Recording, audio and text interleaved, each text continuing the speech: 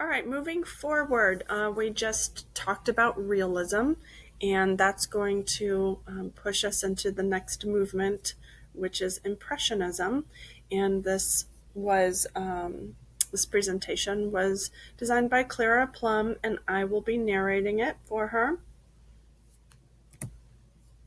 So I feel like Impressionism is a household name at this point. I feel like everybody, whether you are interested in art or you've never spent 1 minute thinking about art, that we can at least say we're familiar with the term Impressionism, and maybe we can even be familiar with how Impressionist paintings work.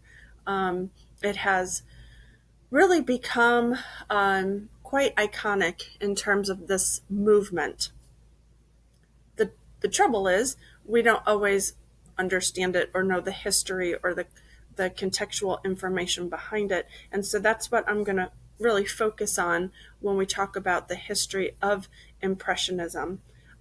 Like most of our movements, if you've been noticing, we have like this epicenter in France, and we talked about that shift from Rome to Paris, and how Paris really started to become like the trend-setting area for art and for artists and for exploring and paving new ways for the whole art movement, and that's still happening.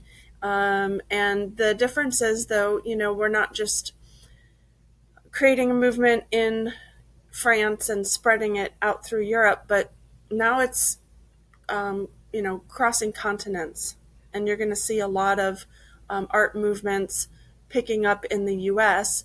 And then eventually, when we get into contemporary art, we're going to see another shift where New York actually starts to become one of the new epicenters of the art movements. Okay, so keep that in mind. These geographical locations, I think, are important to be able to decipher and make distinctions. Now, the other thing that's going to be happening here, we talked about realism, and that was kind of, historians kind of coined that, the first modern art movement, the first like real breakaway from tradition and kind of that academic mindset of art. And since realism kind of opened up that door, all these movements that we're going to be talking about for the next 2 weeks, they are extensions of that. So just like, past movements like Rococo and Baroque, we were able to see like, Rococo definitely had a shift, but it still had a lot of like Baroque, characteristics. We're going to see some of that. We're going to see some elements of the movement before it, with kind of, new characteristics. But we're also going to see, like real rejections, like we talked about with realism. Realism really rejected romanticism. And so there's not a ton of similar characteristics between the two styles. But overall, when you summarize it, what's happening here is artists have broken away. They've broken away from kind of institutionalized, traditional, academic kind of dictatorship of making art. They're breaking rules. And once they've kind of, like I said, opened up that door and started to walk through that door, we're in the explosion period now, where artists now are just flooded with questions and, well, what if I did this, or I see art like this and I want to try that. And I mean, it's just an overwhelming amount of flooding. And then you have these kind of groups of artists, like-minded people who come together and say, yeah, I really think the same way artistically, and I want to explore the same things. And these little groups of artists that kind of have, similar desires in the art world, they become these tiny little schools, right? And these schools are really kind of what is the, the center of a movement. Okay. And then it becomes a movement because it becomes kind of contagious, and it starts to show up, in other areas of Europe, and other groups of artists are, doing this style, over in Austria. And now you see a group of artists in England doing it. And then, you can see people in America doing it. So it becomes a little bit contagious, and you start to see these new styles spread. But that's really what all these movements are about. And I explained to you that we're really going to see it happen rapidly, and this is quite the start of it. So with Impressionism, we can really say it is a true modernist movement. Realism kind of opened up that door, and then Impressionism stepped through it.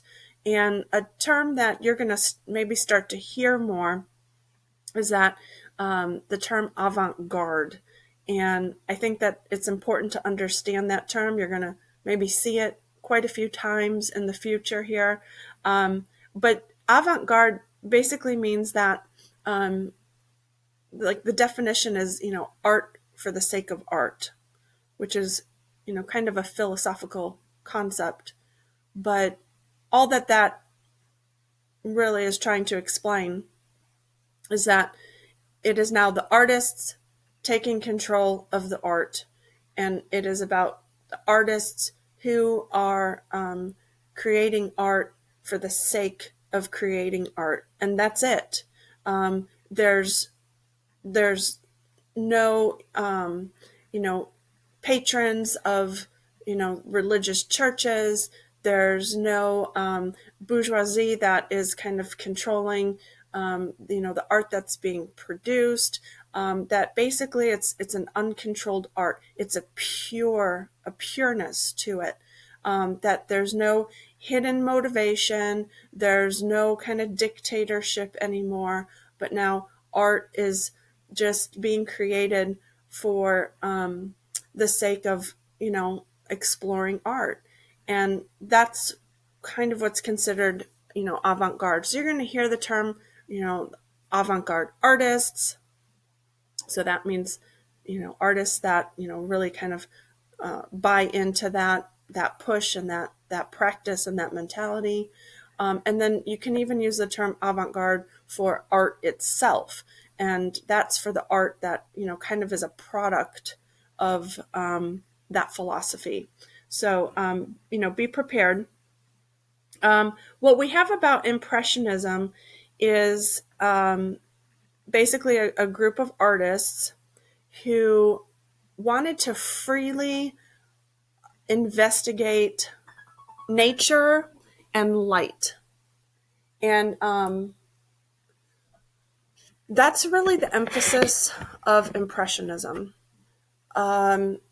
They wanted to, they're still kind of taking this scientific approach, but they want the freedom to interpret it on their own and without the rules and the expectations of kind of academic artistic setting. But it's important to understand that they are definitely pushing to try to capture their vision and their interpretation of light. Now remember, this is not anything that is new. Baroque really, really worked with that concept as well. But the difference is Baroque still kept in a very, very strict style. And they explored using light to what? To be symbolic, of God and of Christ. And, this is free of all that. right? This is avant-garde. This is the journey to explore how light can be captured in a painting, period. End of story. Um, with no like hidden motivation, no agenda, no message. So, what we're going to see here is a lot of outdoor types of landscapes and sceneries. What another thing that is kind of new to the artist practice is what's called plein air painting. And all that that means is that going on site and starting a painting and completing a painting on site. This is somewhat of a new practice. We've talked about this before, that in the past, an artist may go on site to, do a little sketch or a painting, but then that was their research, and they would take that sketch and they would take that painting, and then they'd go to their studio and they would paint that painting, for the next 2 months, right, until it was perfect and finished. And they would do that in their studio. Plein air painting meant that in the morning you go outside to your subject matter and you begin your painting and you finish your painting within the same day. And it was all about capturing that real life moment. Okay. And that's a little bit of what came from realism, is, getting out there in the real world and capturing, the real thing, and not taking it to your studio for 2 months and, perfecting it or glorifying it or, making it more dramatic than it really is. So we got to think about that. If we are creating paintings in one day, okay, kind of the style is going to change. The brushstroke is going to change. The kind of perfection aspect of a painting is going to change. You have to be able to paint quicker, right? You have to be able to paint kind of what you see and interpret things on the spot. And so all these things come together to create that impressionist style.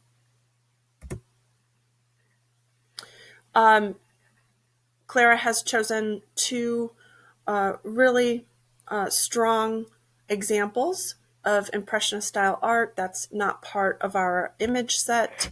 On the left here, this is a Renoir painting, and on the right here is a painting by Claude Monet. What's significant about the painting on the left is the subject matter.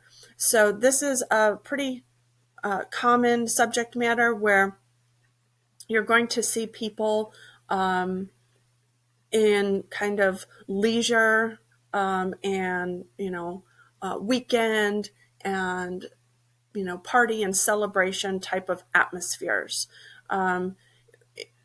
Impressionism was about, going out and capturing what was happening, but at the same time, they broke from realism in the sense of subject matter, that they were not afraid to use realist subject matter. They had no problem with kind of capturing the poor or underprivileged or the hardworking society, or kind of the grit that we talked about, the grit of the content. But their style changed because their focus changed. Remember, their focus was all about light and sunlight, specifically dappling sunlight. If you could picture a bright sunny day and you're kind of surrounded by nature, more in the forest, and if you can picture how the rustling leaves of a tree kind of causes the sunlight to, dapple and shimmer and, almost create like, a little bit of a strobing light. That's what Impressionists were interested in capturing. And that's what they were practicing. How do I work with light and how does it change what I see? So, in order to do that, they definitely didn't want to be creating monochromatic paintings, like Courbet was. They didn't want to be producing paintings of like low contrast and muted tones. Um, and so, with that, also, your subject matter is going to change. If you're painting something that has to do with, sunlight and working with light and having contrast and all that stuff, your subject matter is going to change accordingly. So Renoir was really, really great at capturing social scenes in Paris, cafes, and kind of a little bit more of that urban lifestyle Impressionism was known for. And then the significance of this painting on the right of Claude Monet, it's called Sunrise, and this is the painting that is responsible for giving Impressionism its name. And basically, long story short, it was displayed at the Salon. And this is one of Monet's earliest works. And when it was displayed at the Salon, um, critics come and give their opinions of the new art. And of course, it got extremely ridiculed.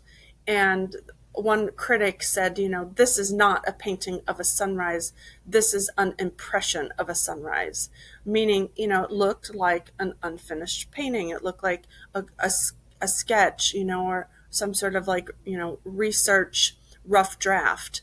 And so once he claimed that it was, an impression of a sunset painting, then it kind of stuck. And so this piece is very important for giving us the name of the movement.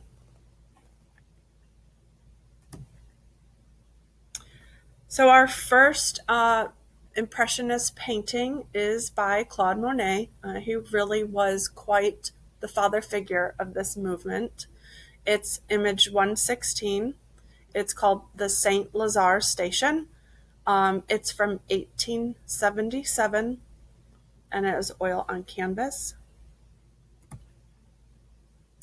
So I think what I'm going to do is just kind of leave it on this image for a little while I talk about it. But I think this is a great example of how I talked about subject matter with Impressionism. And although they weren't afraid to be gritty, it wasn't always their most kind of popular subject matter. But this is an example of what I mean by Impressionist content being kind of gritty. Remember where we're at contextually. We really are kind of in the heart of that Industrial Revolution. All right. We're also at a time where, especially, in Paris, that urbanization was really starting to boom. People were moving to cities, and cities were being very, very developed. You had kind of this movement, per se, of establishing your cities and creating really strong roadway structures and ways for pedestrians to get around in terms of public transit. And it just became, very developed area with a lot of innovations. And so this is happening alongside the Industrial Revolution. And so this is, I think, a great example of the effects of the Industrial Revolution. We have basically a train station, and we have images of the station itself, the architecture of the station. We have the trains. We have very faint kind of images of the city behind it, and some people in the front. This was exhibited at an Impressionist exhibition. So by the time this Saint Lazare station was painted, Impressionists were getting some notoriety and becoming this kind of contagious movement and starting to show their work in terms of groupings, in terms of this style. Um, what is important to know about this painting is it is one in a series. And this is why it's important. Claude Monet was extremely um, scientifically obsessed with this concept of light, working with natural light. And how does natural light affect color? Because it does, if you look at something at 5 a.m. in that morning light, and then you look at the same thing at noon, and then you look at the same object again during kind of that dusk, the colors change dramatically because of the way light reflects off of it.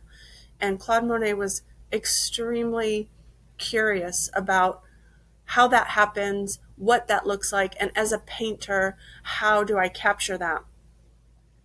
So what he did is he created a pretty extensive series of St. Lazare Station, and he would repaint this kind of same content area, slightly different perspectives, but he would come at all different times of the morning, afternoon, and evening and set up shop and do plein air painting of kind of the same content. Now, of course, your subject matter also changes a little bit, throughout the day. Different trains are in and out, different people are moving around, and he would take slightly different angles of the same, spot, but then also, paired with the changes in the lighting. And then he'd also like to work with weather. What do objects, what does it look like when it's a misty day or a foggy day or a cloudy day? Because again, that all changes color and how light is reflected. And, he was really, really passionate about capturing that. So the series is important for you to look at so that you can understand what I'm talking about. Looking at this same subject matter, but in all these different types of, moments throughout the day. And so I did provide a link that I suggest you open up and just look at the images. That's all you need to do, so that you can see how different each painting is and understand that that is what Monet's motivation was. Okay? This series originally was meant to be like all hung together, as one display, so that he could get that point across, that these were his studies. And it it's less effective if you look at them all isolated. So again, I encourage you to click on that link. It is definitely, I think, one of his most famous paintings within the series. What he's also trying to capture here is not just the effect of light and color, but then also adding in those steam engines. So it's part of why he chose the subject matter he chose, is because he's also, getting to merge steam in with it all. How do you paint the look of steam, and then how does light change when you're looking through the steam, or you have your background, past the steam? How does the steam change the colors? How does it look when steam is this lens? Okay, so this is all just kind of part of that impressionist inquiry. Okay.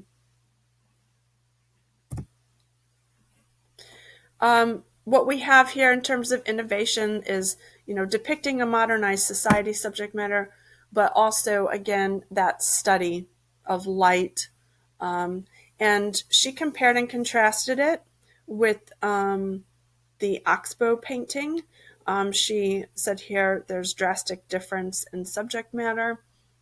which is true. We have urbanization and we have kind of that industrial revolution, where the Oxbow was more about nature and promoting nature. And remember, the Oxbow was a little bit, satirical and in retaliation of that industrial revolution, and how America still had that, beauty of an untouched land. So that's it's a pretty good comparison to, in order to have a strong discussion about the two. Okay, the next image for our Impressionist movement is a little bit of a shift here. So I want to just take a little moment here and mention to you that these movements, because there's so many of them, the couple that we have from our AP books is, hardly does a movement, justice. And I think that they purposely try to, show you a variety within the movement itself. But at the same time, it's impossible to go really into depth about every single movement because we have so many movements to cover. So going back to Monet for just one moment. So this style of painting, okay, we talked about plein air painting and how you have to start and finish a painting, within a day, right? So then we talked about this development of brushstroke. And this is a great example of seeing that brushstroke. And, we as a viewer can literally point out little spots and shapes that we can absolutely imagine, a loaded paintbrush making that mark. Okay. And I mean, think back just to like Baroque art where, everything is so blended and smooth and seamless and flawless, that you cannot at all find one brushstroke, in that style of art, or even a lot of like Renaissance art. It's all about, being extremely blended. And with Impressionism, this is the first time where we're not just seeing that, like, stray from blending paint, but, almost the extreme opposite. And that was part of the technique, okay? The technique of Impressionism. If you're going to be capturing dappling sunlight, then you need to do it with short, little intentional brush strokes, the way that sunlight, would hit a building, or the way that sunlight would hit a train, that you need to recreate that.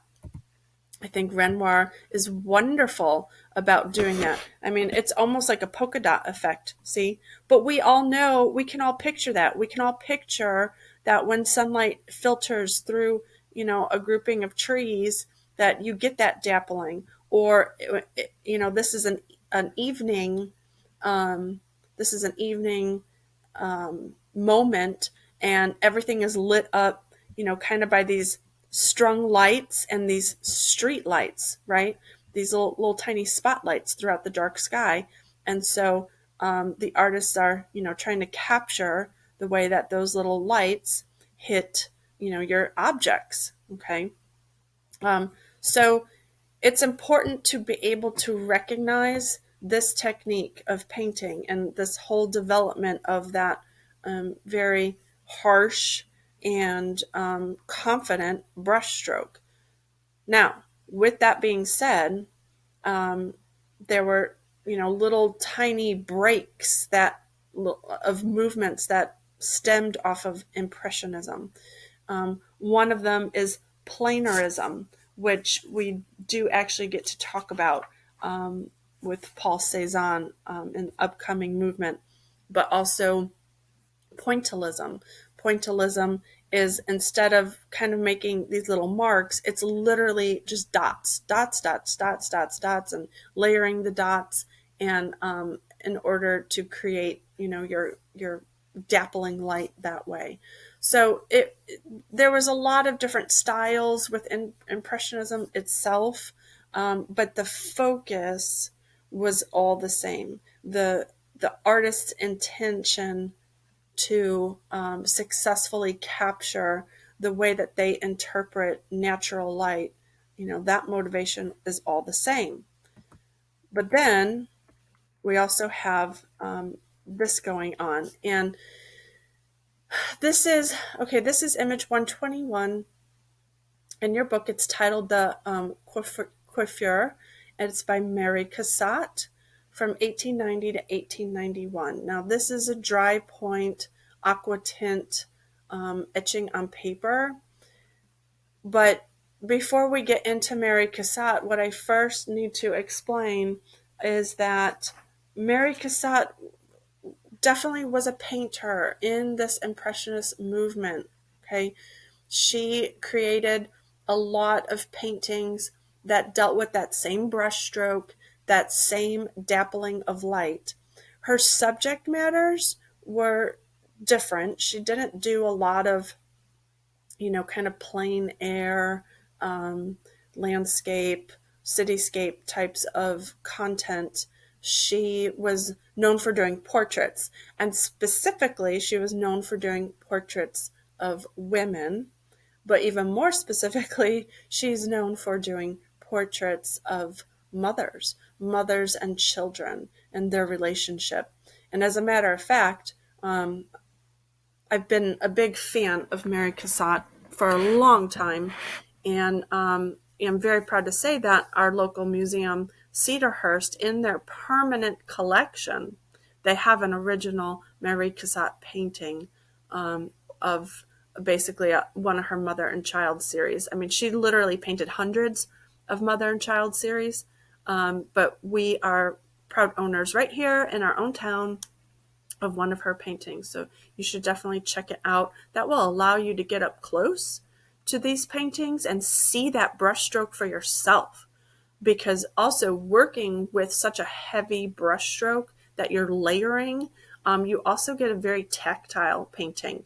Now, that doesn't mean go touch it, but it means that you can visually see the texture and the layers of the painting, which is really kind of fascinating. But even though Mary Cassatt was a painter in this Impressionist movement, she also kind of not strayed, but started to dabble in printmaking. And she was definitely inspired by Japanese art. And, as an exploring artist, and as artists having finally the freedom to explore, she started dabbling in printmaking herself. So, again, AP, I think, tries to give us a variety within one movement. And so that's why we have this print by Marie Cassatt and not her Impressionist paintings per se. Okay. All right, so like I said, it's definitely in the style of Japanese prints. She was very intrigued and had quite a strong aesthetic for Japanese prints. So she wanted to kind of take her subject matter and, learn this technique, kind of that ukiyo-e technique. But also it's also an innovative technique called aqua tint. Aqua tint is a very laborsome process, and I have included a link that has a maybe 4 or 5 minute video that shows you the process of an aqua tint technique, and it's very interesting. It definitely helps you gain an appreciation for the art form because you can see how labor intensive it is. But it's then a print. You wind up with a printing plate, and you get to print it as many times as you want to. The other thing that Mary Cassatt is known for, because she is a female painter, in a male-dominated world, and all of her subject matters are female. She's really coined, one of the early feminist artists. So I think that that's an important note to make about Mary Cassatt. What we have here is that we have a subject matter of a woman that is sitting in her kind of dressing room, and she is, you know, getting ready, getting dressed, getting clothed, getting her hair pulled back. Um, there is a very, very natural charm to all of her artworks. Um, there's, kind of no posing, no acting. You can tell that the figures are being captured in a very natural moment in time, and this includes her subject matters in her paintings as well. Um, we have also Japanese influence, not just in the technique of the printmaking, but even in the figure itself. She's kind of pulling her hair back in a Japanese hairstyle. We have more of a common Japanese perspective, which is kind of viewing the figure from the back. That was something that was very common in Japanese style art. If you look back at a lot of their ukiyo-e prints, you'll see figures that you're looking at them from behind, but then their head is turned, almost kind of awkwardly turned, so you could almost see their entire face. But that was just a common Japanese perspective. Um, Her paintings are known for having this beautiful tenderness to it, um, a real strength and femininity, but femininity that just makes it very calming and refreshing and beautiful. And again, that includes her paintings as well. She's also known for working really, really well with those pastel colors. So that's another thing you're going to see with Impressionism is the pastel is back, okay? But the pastel is back not because they want to create these fantasy Rococo portraits that are, very kind of elaborate and over the top. Pastel is back because that's how they interpret light, okay? When you have strong, natural light, it brightens up your colors. And so that's why you're going to see more pastels happening in Impressionism. This is also part of a series of 10 prints that were all exhibited together, kind of similar subject matters. They were all of, women kind of in their private quarters, but just really simple and subtle moments. You know, being like at the sink and washing their hands, and well, not the sink but their basin, and kind of getting ready to wash up, kind of just all those like private like prepping moments that women have, whether it's getting ready for bed or kind of getting their hair brushed and things like that. So it was a series of 10. Mary Cassatt is wonderful at setting up her compositions, and she has a great way of kind of working patterns and curves together to make really, really strong compositions. Um, Clara has compared it to the wave, again, looking at a Japanese print and being inspired by, how those prints work with kind of color blocking. So that, of course, makes a lot of sense to me. And again, really check that link to see what aqua tint looks like. I'm pretty sure that AP is going to want you to know this is our only aqua tint image in the entire book. So I think AP is going to want you to be able to decipher. Again, printing has boomed, okay, because of the Industrial Revolution, and so we kind of find new techniques to printing, and how one varies from the other. You don't have to know major detail, but just know enough that there's some differences between all these printing techniques. I think is going to be beneficial to you. We have a little bit of vocabulary that goes with it. And in summary, there again, Impressionism is definitely considered the first modern movement in art history. We're capturing scenes that revolve around the Industrial Revolution and urbanization. Um, we're still kind of influenced by realism, that we're trying to capture just kind of real life as it is. That can include some grittiness, but more so it includes more like um, you know social moments, city life, cafes, some landscapes. It's a little bit lighter hearted subject matter, but the main push, and if you walk away with anything, the main push about Impressionism is the study of natural light and plein air painting. Okay,